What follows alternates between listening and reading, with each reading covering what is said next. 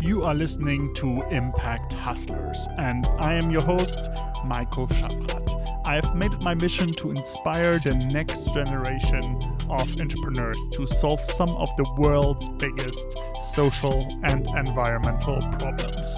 And for this reason, I am speaking to some of the best entrepreneurs out there who are solving problems such as food waste, climate change, poverty, and homelessness.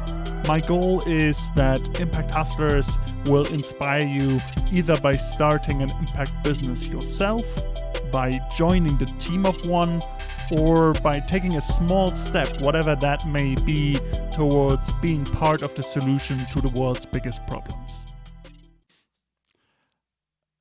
It's really great to have you on the show today. Welcome to Impact Hustlers, Zak. Thanks, Michael. Great to be here. Thanks very much. You started Vera Solutions in 2010 after working for a charity called Grassroots Soccer in South Africa. You actually seem to have stopped working there in the month that I arrived in South Africa, because I started working in South Africa for the Goethe Institute, which is the German Cultural Center, in September 2010. So that's really exciting to see. Did you leave in this month, or did you stay in South Africa a little longer? Yeah. We just missed each other, and you just missed the World Cup, the 2010 World Cup as well. So I just came after the World Cup, but I still got some of that enthusiasm in the country. It was really amazing country, I think, to work in. I worked there for a total of 1.5 years.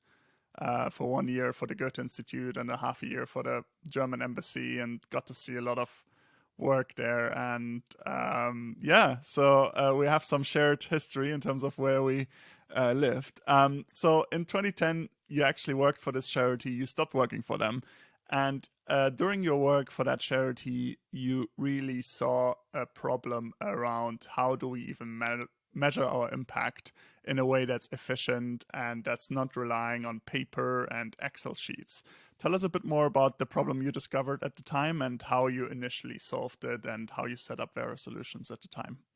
yeah, definitely. I mean, you could say Vera Solutions really kind of spun out of grassroots soccer, and really came from what we learned and the transformation that we went through there. So I moved over to South Africa in 2008, and really was stepping into a role overseeing monitoring and evaluation. That's sort of formally what it's called. Informally, kind of the data guy, who's kind of managing all of the spreadsheets and data systems that we had for tracking our programs. And actually, Grassroots Soccer is an organization that's always been really committed to measuring its impact, evaluating its programs. Long before I got there, they partnered with a number of different evaluators, and I think that comes from the top. Their founder and CEO is a medical doctor, and has always been really wanted to make sure the organization is kind of on the cutting edge of evaluation and really understanding its impact and using that to inform its programs. The challenge we ran into was actually on the data front. It was the sort of data systems weren't really set up to be able to get the intelligence that staff needed day to day, week to week, and weren't really set up in a way that was scalable when I arrived in 2008. So we had been, as many organizations were, kind of incrementally growing and growing. And what was interesting about that time was we were about to get a big grant from the US government to scale up the program in South Africa from 5,000 kids coming through it per year to 50,000 kids coming through it per year over the next 3 years. And so, that's going to mean a bunch of hiring, lots of new staff, new policies and procedures, just much more maturity as an organization. We really needed to mature our data system. So the systems we had in place at the time where data got collected on paper in the field, it got entered into Excel spreadsheets every 3 months. And so it would just kind of sit on paper for 3 months, and then it would get entered in by staff. Once every 3 months, they would take days away from kind of running the program in schools or community centers or soccer fields, wherever they're working, and they would be punching the numbers into Excel and then email it into Cape Town, and then it would get aggregated into this like monster Excel labyrinth.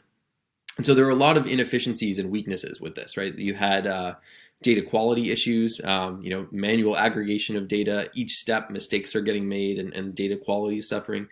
motivation of staff in general, right? There weren't feedback loops that were getting back to the staff who were collecting the data, who were capturing the data. And so they kind of, felt a little bit like they were being policed. It was just this one-way flow of data from the field to the local office, to the head office, to the funder, no feedback loops that show them how we're doing. So what we did was the kind of wacky idea that I had was overhauling this paper and Excel system and moving it onto the Salesforce platform, which at the time, 2008, 2009, was a really wacky idea. Not very many organizations were using Salesforce in this way. If you know Salesforce, it's the world's leading CRM system used by 150,000 companies, tens of thousands of nonprofits now, but primarily used for sales, marketing, like that sort of stuff. So in the nonprofit world, that's fundraising data. And fortunately, I'd gotten to know Salesforce really well starting in 2006. Administering the grassroots soccer fundraising system, which was on Salesforce. And so that's kind of where this idea came from. I realized the disconnect that we had this wonderful fundraising database with data on all of our donors, the donations, our events, and it was driving intelligence for the CEO and the development staff, helping shape the strategies and the initiatives that we were doing. And then on the other hand, when it came to programs, it was paper and Excel and this long lag of information and this one-way flow of data up without feedback loops. So I had this idea that actually, Salesforce as a platform could be as powerful for tracking program data and impact data as it is and was for tracking our donation data, our fundraising data. And so that's what we did, and it turned out to be a really amazing idea. It totally changed the way that the organization worked. So we really kind of democratized data across the organization. Everybody, we went from a system where no one had visibility on how we were doing, really, except for one person at the top of this kind of data pyramid, to a model where everybody had access to data that was relevant for them. Dashboards were kicking out to staff and even to the facilitators and coaches in the field, printed off and put on the wall of our offices. And data started to become kind of water cooler conversation. It started to shape, kind of informal competition between sites, and it wasn't just, how many kids are we reaching, how many kids are graduating through the program, how are we doing towards our targets? That was important, but it was also how are we doing in terms of changing knowledge and attitudes and communication for the youth that were coming through the program. How are we doing in terms of HIV testing and referral for treatment? And so kind of all of, we were capturing kind of a wide range of different types of impact data, but that started to really shape the way that the organization was working, was running its programs. And, we also put in place a system that was scalable. And so as we were growing, 10x in South Africa, opening offices in new countries and so forth, we had one consistent, strong data system that then grew and evolved as the organization grew and evolved, and that they're still using now, 12 years later. So that was kind of the transformation that grassroots soccer went through, and both the challenges that they were facing and the transformation that we went through back in 2008, 2009. Got it. And then you spun out Vera Solutions and you basically started selling the service. Initially, you were a pure consultancy working with charities and foundation. How did you go actually about acquiring those? I can imagine charities, foundations are probably quite hard to sell to, or even if you want to sell to them, they have stretched budgets or very limited scope to pay you high rates. I can imagine that it's much more profitable to be a McKinsey-like consultancy to work with corporates. So how did you go about it? Especially you actually bootstrapped the company, so you didn't raise any investment. You just went for it. How did you go about that at the time?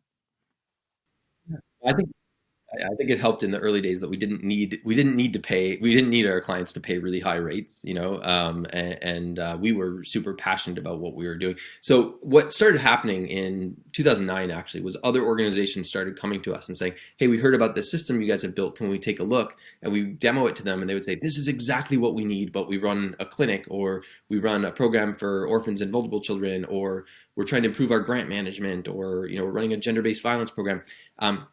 And so the needs were quite similar, but the data structures they needed, the tools that they were using to track their program and so forth were different. So the platform was a good fit, and the the sort of services to configure the platform to meet the needs, set up the data flows, the dashboards, the interfaces that they needed, was a good fit. But we couldn't just kind of do exactly what we had done at Grassroots Soccer. So there was a need for some consulting services there. And so what we started doing actually was consulting within Grassroots. So from Grassroots Soccer would be contracted to do some consulting work, and a couple colleagues and I who'd worked on the initial system took on the first few projects that way. And quickly it grew beyond the mission of this adolescent health education program and organization. And so it was that time when we were, we sat down with the CEO and the COO and talked about this and the opportunity that was out there and what we wanted to do, and came to the agreement that that Vera would spin out, and we became a B Corp to pursue kind of the opportunity that was in front of us, and to help out more and more organizations. And I don't think at that time that we thought we're going to serve hundreds of organizations and this is going to grow to 80 staff, and that wasn't really the ambition. It was actually working with the organizations we were already talking to that had already identified, hey, we've got this need. It seems like you guys could be a good fit for helping us. So yeah, I can touch on kind of like what's it like kind of selling to organizations like this. I do think there's a little bit of a perspective, right? That like, well, we're a charity, therefore, we don't have money to spend on these kinds of things. And I think that kind of mindset holds the social sector back. And it's a mindset that's going away, I think, in a lot of ways. I think we're seeing the social sector starting to behave more like the private sector in many ways, starting to use the kinds of tools that are used in the private sector. We've been seeing that over the last decade for sure. We're also seeing the private sector starting to get more interested in social impact, right, and in environmental impact. So there's definitely two like real macro trends and almost like the convergence of these sectors into a space that's actually quite aligned in terms of what it's trying to achieve. And it's been fascinating for us because we're working on both sides of that sort of invisible aisle, if that makes sense. We're working with for-profit social enterprises in sub-Saharan Africa and South Asia, and helping them put in place systems that are, both tracking the impact of their work and the services they're delivering to their clients or customers, but also, really tracking their business, right? Tracking the services they're delivering and the sales, the sales that they're closing and the supply chain and so forth. So we're doing that with social enterprises. We've done some work with impact investors as well, helping them with managing their portfolios and tracking the impact of their portfolios. And then also certainly very much working with nonprofits, whether they're kind of community-based organizations or whether they're international NGOs, whether they're foundations that are supporting nonprofit organizations. So yeah, we have quite a diverse portfolio that we've worked with over the years, and now we've now worked with over 325 organizations since we got started. So we've had kind of the privilege to see the sector and the space from a lot of different angles, and start to see the diversity of needs that are out there, but also kind of the commonality of needs across different organizations. Amazing. I'd love to dig a bit deeper on your philosophy on measuring impact and how you actually do it. You now have a product called AMP Impact, which is kind of the main core of what organizations that you work with use to measure their impact and kind of make it transparent. And I think obviously since 2010, a lot of things have changed. Like you say, I think charities, foundations become more entrepreneurial in how they do things, more tech driven. I think some of the best ones are probably indistinguishable from like some of the best for-profits in terms of how they work and what tools they use.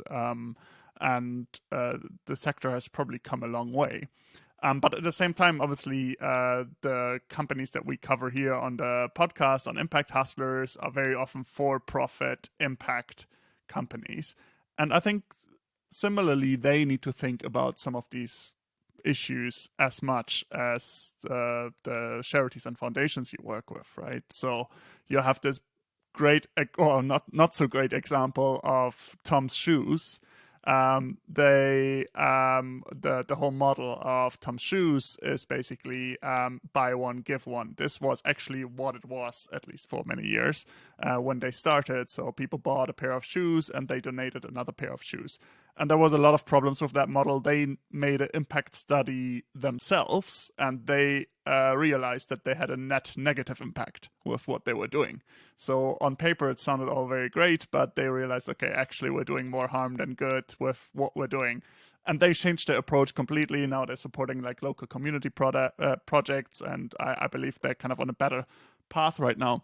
But it's not as easy to just set up a business and say, okay, I want to have impact and it's going to work out somehow. I'm just going to run the business. So, with this long-winded introduction, my question to you is, what's your advice to both charities and foundations, but also to impact-driven businesses on how they should think about measuring impact, and what's your philosophy at Vera for that? Yeah.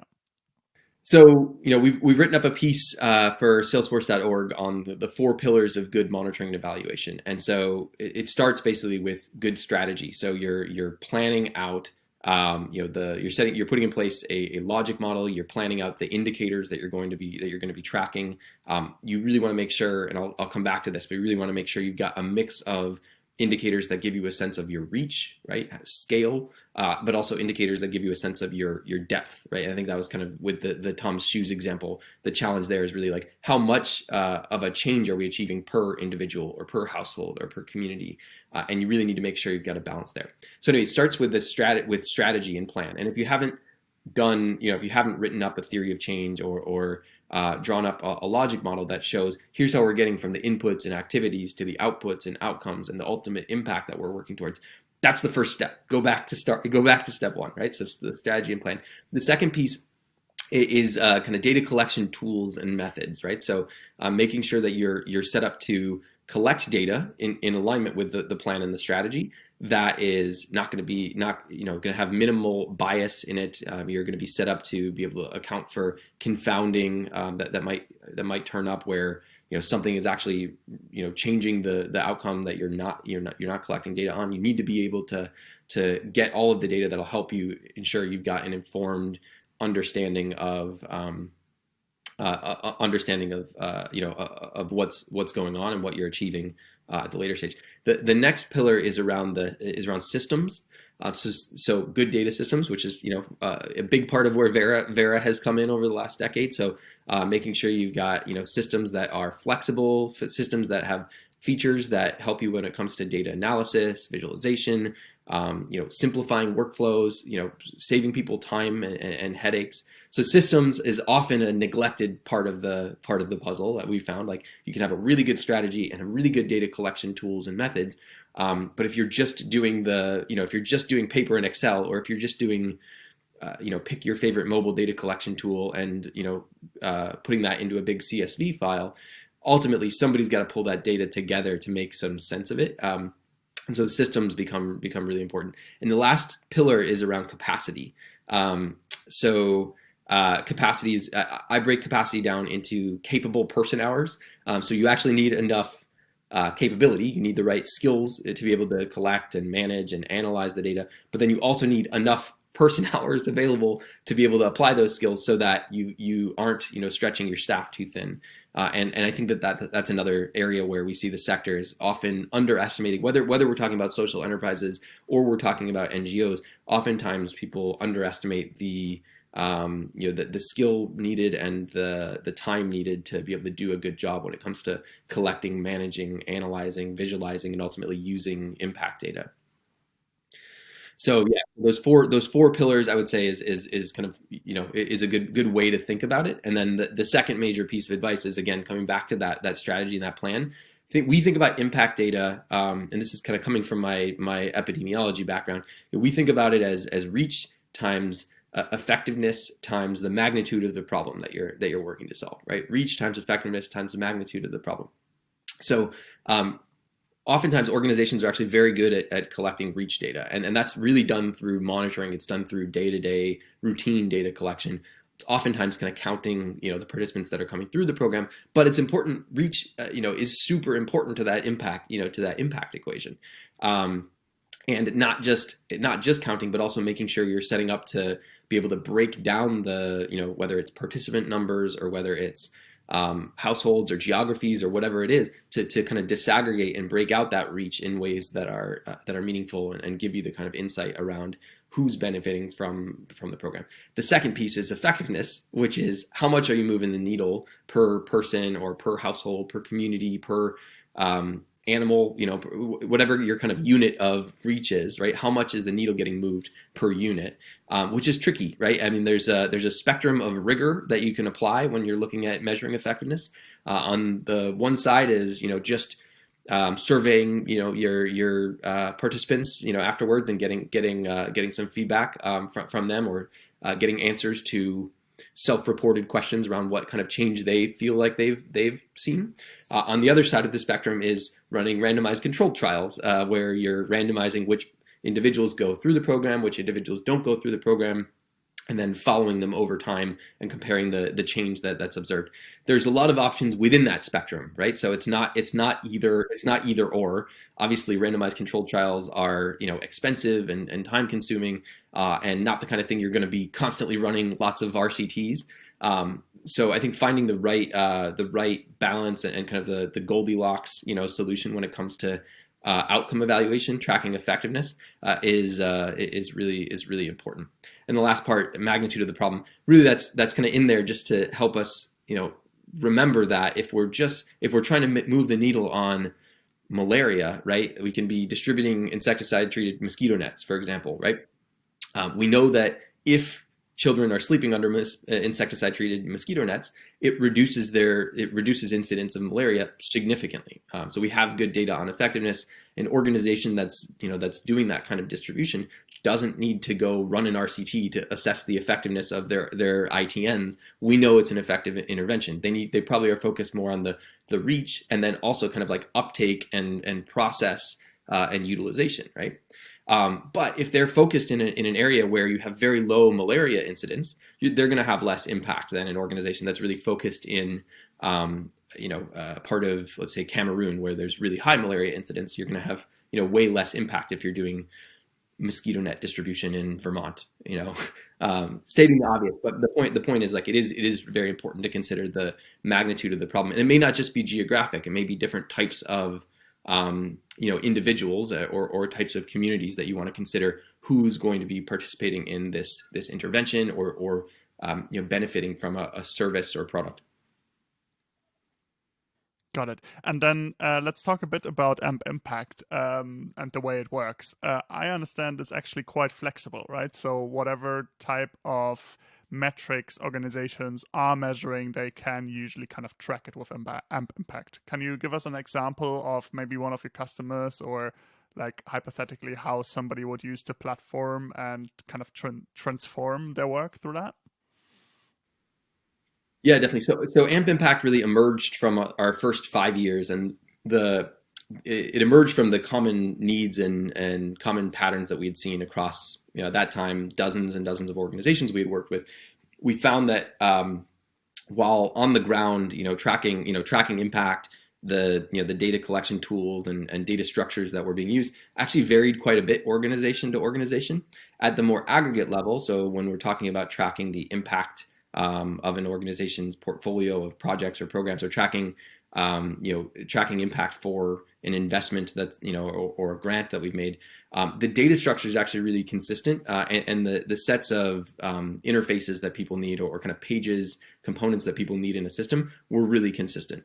And so what AMP Impact is set up to do is it enables you to do, on the one hand, impact measurement at the portfolio level, and then on the other hand, portfolio management, so you can manage the whole life cycle of your projects or grants or programs or investments, and then also kind of determine, here are the indicators, here are the objectives we're working to achieve. You can build out a whole log frame for what we're trying to achieve in terms of the impacts, outcomes, outputs for this particular project, let's say, and then you can connect indicators to those objectives, right? So you can say, okay, well, we're trying to improve maternal health as an outcome.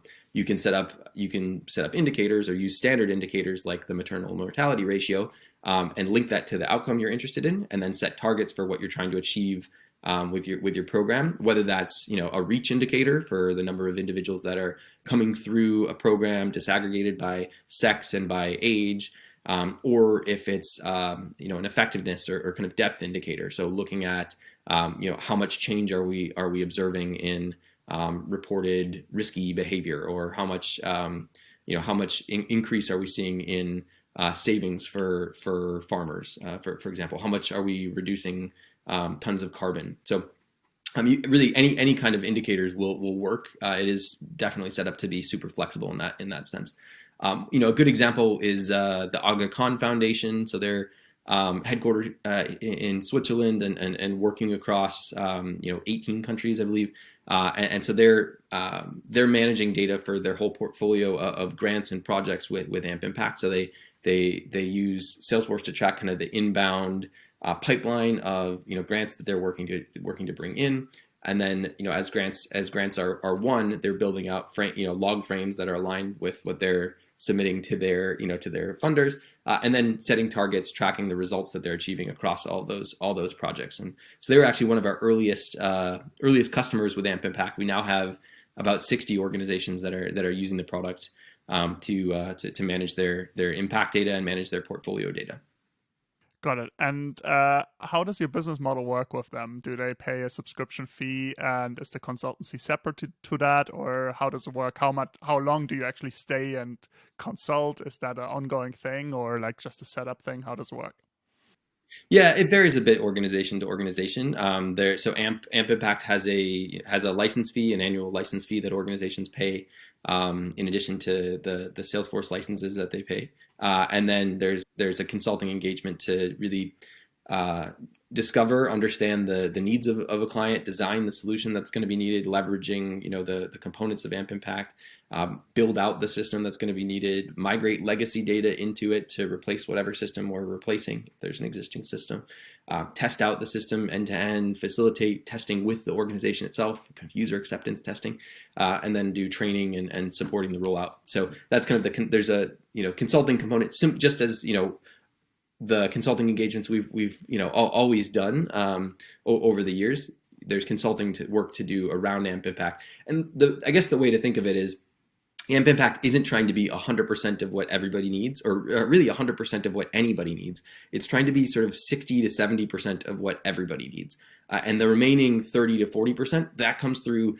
configuration of the Salesforce platform, which is the world's leading platform for data, for this kind of data, and really any kind of data, right? So it's incredibly configurable, flexible, interoperable, and so forth. So that's really the philosophy that we've applied to AMP Impact as a product, keeping it very flexible, leveraging the flexibility of the Salesforce platform, so that we're able to deliver a 100% solution to clients, but that the product itself isn't like a plug and play sort of solution, if that makes sense.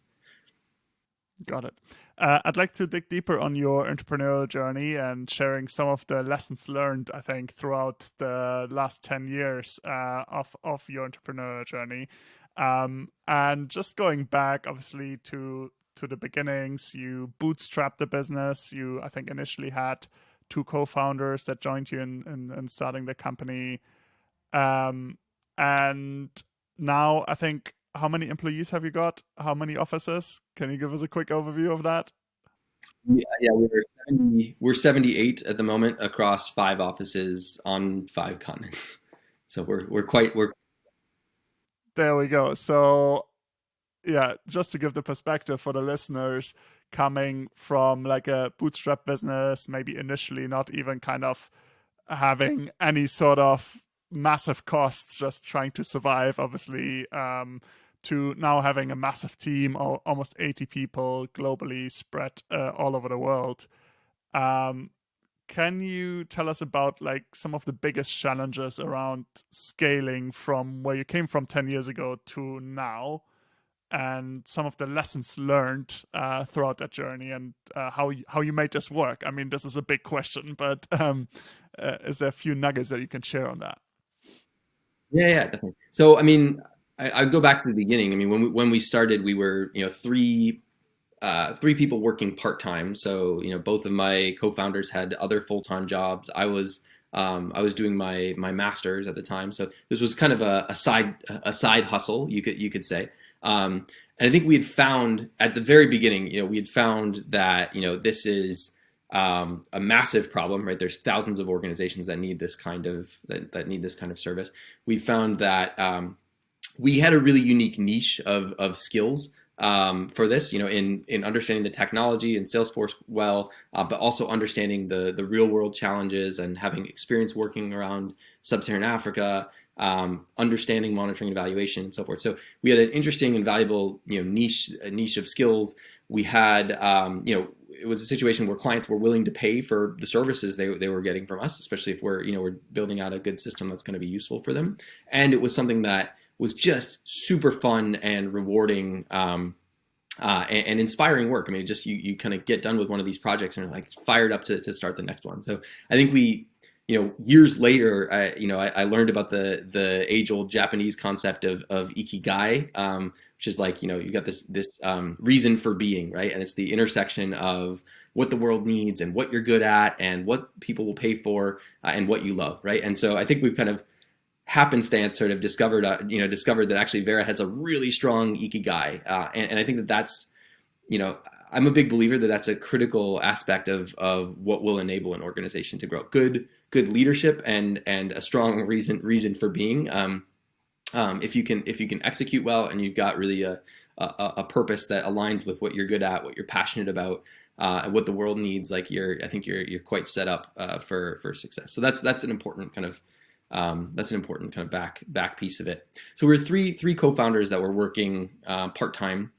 Eventually we had enough work that both of my co-founders could go full-time. Eventually we had, enough demand that we could hire our first staff member and then another staff member. I think the first key inflection point for us as a company was winning the Echoing Green Fellowship back in 2012.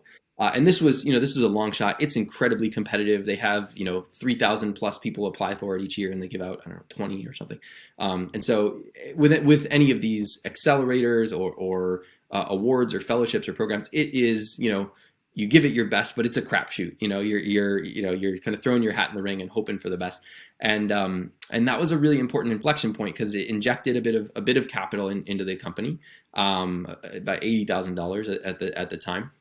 It also brought us this kind of amazing network of like-minded entrepreneurs, many of whom needed better data systems, right? So we started doing a lot of work with other Echoing Green fellows. But that capital also enabled us to go take some risks. So we doubled the size of the team, and we kind of grew from 4 to 8. And we started up we started our office in India and started growing a team there. And yeah, so I mean that was kind of an early sort of, I guess, achievement, but also just a key inflection point that enabled us to take some chances that then paid off in the coming years. Then next sort of challenge inflection point was both my co-founders left the company in 2014. And if you think about it, that's like a lot of companies would go under or go away, right? You lose 2 out of 3 co-founders at the same time or within the same year. That's a real operational challenge. It's a challenge to who the company is, what the company's about, and obviously you just lose a lot of skill and muscle. And so working through that, I think, is one of our best achievements. I think the fact that we kind of came out of that and managed to actually build out a company that got progressively stronger and stronger. After that, I think is really something that that I'm proud of, and I think is not really a credit to the leadership team we've had in place over the last 5 years. So that was not something I saw coming at the very beginning 10 years ago. I don't think we didn't have the conversation of like what's going to happen if one of us leaves or what's going to happen if 2 of us leaves. How are we going to make sure it's set up for success? But I do think it's super important to just have the right people around the table from the early days and continue to make sure you've got the right people around the table as the company grows. That may change, in terms of what the company needs. But one of the things that I think was key was really a shared set of values among the co-founders. And while one of them was going to grad school, another was spinning off sort of a sister company. There was a real share. They weren't leaving in a sense of done with this, good luck, whatever. It was very much carefully planned out process, and that shared set of values, I think, kind of got us through that tough time. We've had many more challenges over the years. Got it. Got it. And then, once they left, how did you deal with like the gap they left? Did you just hire for it? Did you try to find new co-founders or like that type of kind of senior support, or how did you go about that? Bit by bit, I think we had grown some a next level of leadership that needed to kind of step up in a big way, myself included, right? Like needed to kind of step up into a slightly different role. I do think in a lot of social enterprises and startup companies, the role of CEO is one that is constantly being reinvented, right? You need to be ready to and willing to constantly reinvent yourself and what you're focused on and what you're responsible for. And that's something that I think has been a big part of my my last 10 years with Vera, is just staying on my staying on the balls of my feet and being ready to move this way or that way based on what the company needs as it changes. But I do think we had built up a next layer of leadership that was ready to rise to that challenge, and that was really key. And then we brought in a few other key senior leaders, I would say, over the next few years that really strengthened the company in different ways, right? So our CTO joined the company in 2015, and he's just an amazing guy who just really took our level of technical capability and diligence and maturity to a whole new level. Our CFO joined the company in I believe 2018, and she's just brought the maturity on that side of the company to a whole new level, and that was an area where we really needed to mature and grow. And I mean, there's many other examples, but but I do think for me, I definitely look at the the sort of the advice of, you want to surround yourself with people that are smarter than you. There's a lot of truth in that. I think that's really key to the success of an enterprise and of an entrepreneur, is not seeking to be the smartest person in the room any of the time, right? You want to have people who are better than you, who are smarter than you around the table. And you want to constantly make sure that you maintain that attitude and that mindset. Got it. And then the other topic I'd love to talk about, obviously you have these global offices all over the world. What made you actually make the decision to establish those? And how do you manage that structure, right? Are those quite independent, or is it quite centralized? Like how do you manage all these different stakeholders, team members all over the world, practically?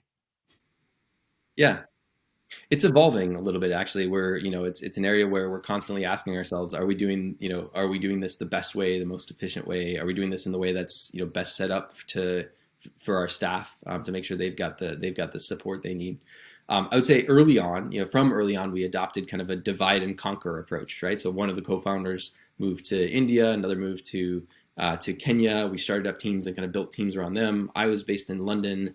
I was kind of supporting clients around Europe, and so we kind of kept things pretty independent. They would kind of run their projects. We would run ours. We had one shared data system that we were using to manage the whole company, as you can imagine, which is important. And then we would come together every 3 months or 4 months to sync up and kind of make key strategic decisions and make adjustments as needed. Over time, as you can imagine, there was a need to set up an operations team, right? We needed more muscle for HR and finance and legal and so forth. And so we were fortunate to bring on a director of operations, now our COO and chief of staff, back in 2013, so quite early days, who's just really grown with the company and kind of driven the kind of behind the scenes work that's needed to keep a company like this not just afloat, but also kind of moving in the right direction. And over time, there's certainly been a need to kind of grow that team around him and make sure we're bringing in world-class talent in finance and HR and all the other areas, not just in consulting and product development and product management and so forth. So yeah, I mean, I can tell you kind of, structurally, like how it's set up. We have a consulting division, we have a product division, so the team working on AMP impact design and development. And then we've got kind of an operations or kind of global division, if that makes sense. And so it's that middle one is sort of shared services, so it's your HR, your talent, your learning and development, finance, legal, sales and marketing, sits there. And then consulting is really around kind of delivering services for clients. Within consulting, right, we have teams kind of all over the globe. So driving collaboration and coordination within those teams has been really key, to our success. But I think it's important. We could talk for another hour about culture. I do think like we're a company that has a really strong culture, but I think it's also true that we've allowed for different cultures to kind of emerge, and traditions and ways of working, to a certain extent, to emerge in the different places where we operate, and that's really been, I think, a good thing. We have elements of our culture that are kind of globally shared, and then elements that are, quite local, and people feel a super strong connection to the teammates that are in their hub, if that makes sense.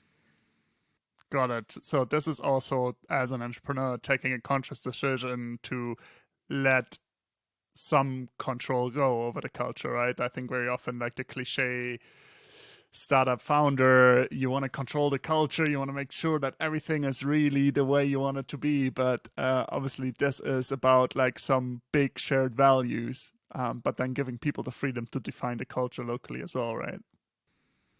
You want to invest in the culture, right? You want to demonstrate that you care about the culture and you want to invest in it. But if you don't allow the culture to develop itself, to evolve and kind of emerge over time, and change a bit, then you're going to be holding the company back, I think.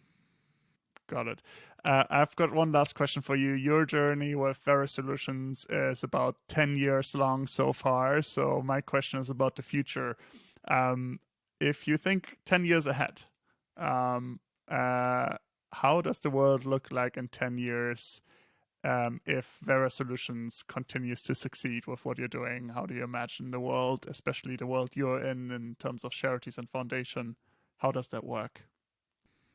Yeah, I mean, our vision is really a social sector that's driven by accountability, transparency, and data-informed decisions, right? So, I think we've made massive progress. Not just Vera, but the sector as a whole has made massive progress over the last decade. We've got a long way to go, right? We think of our impact as the delta that we affect in our clients' impact, right? And the clients we're working with are, range, as I said before, right, from small organizations to major international NGOs like Catholic Relief Services, SOS Children's Villages International, like major funders like USAID and the Michael and Susan Dell Foundation. So if the systems we're building are helping those organizations to make more data informed decisions, are helping the staff at those organizations better access the data that they need to inform the programs that they're running.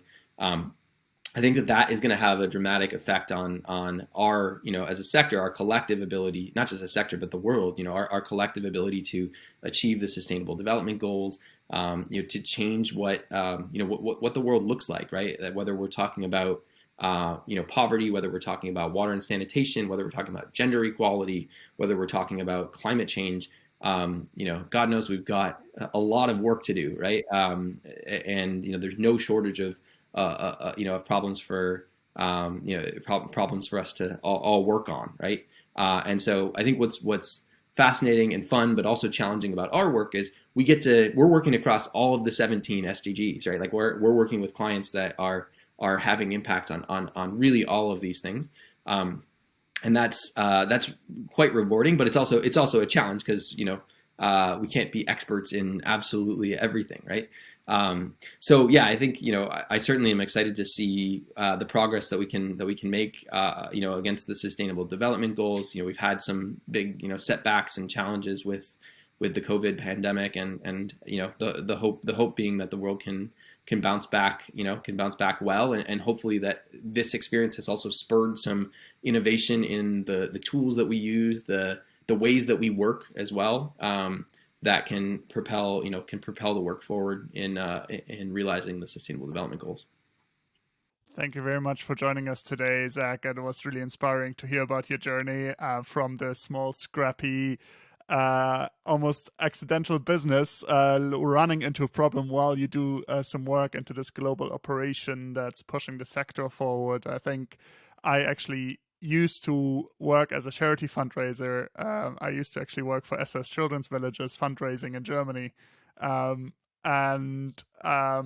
think that SOS Children's Village is an amazing organization. But overall, if you look at a lot of charities, I always got very frustrated how little data they actually provide to people that give money, right? So it's really great to see that you're pushing that forward and that the sector is moving and you're part of this movement that was much needed for a long time. So thank you very much for taking the time today. It was really inspiring to speak to you, and hope to speak to you soon again. My pleasure. Thanks for having me.